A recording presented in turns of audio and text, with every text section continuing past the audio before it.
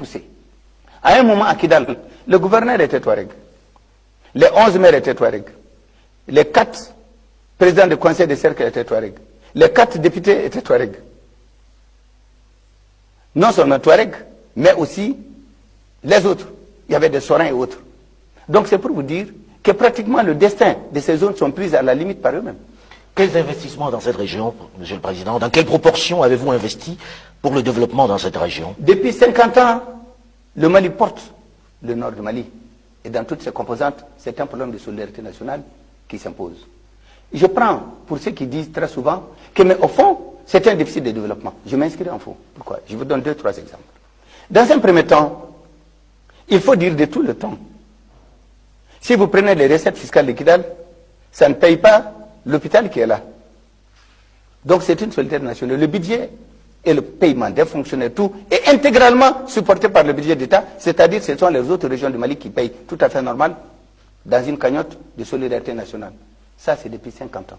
Mais je vais vous donner un autre point. Lorsque nous avons fait les accords d'Alger, il y a eu le forum de Kidal. Le forum de Kidal a regroupé plus de 120 à 150 participants venus de tous les coins, de toutes les organisations internationales, des bailleurs de fonds, des ONG, du gouvernement de la République et des représentants des anciennes rébellions. Nous avons défini 39 projets pour les régions nord. Toutes les préoccupations importantes ont été prises. Ça nous dégageait un budget d'à peu près 840 milliards de francs CFA. Nous avons pu mobiliser 550 milliards. Qu'est-ce qui a manqué? Le temps de travailler. Lorsque vous payez une ambulance, il l'enlève. Lorsque vous mettez des machines pour faire des forages, on vole les machines et les véhicules. Donc, en définitive, on ne peut pas se battre pour un développement et refuser, et voler ce développement ou refuser ce développement par certains groupes qui sont toujours marginaux.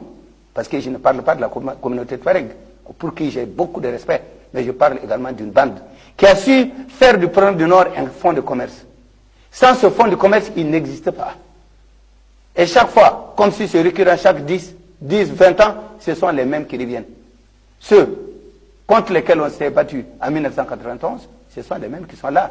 Mais avec au moins une moitié qui est plutôt du côté du gouvernement de la République du Mali.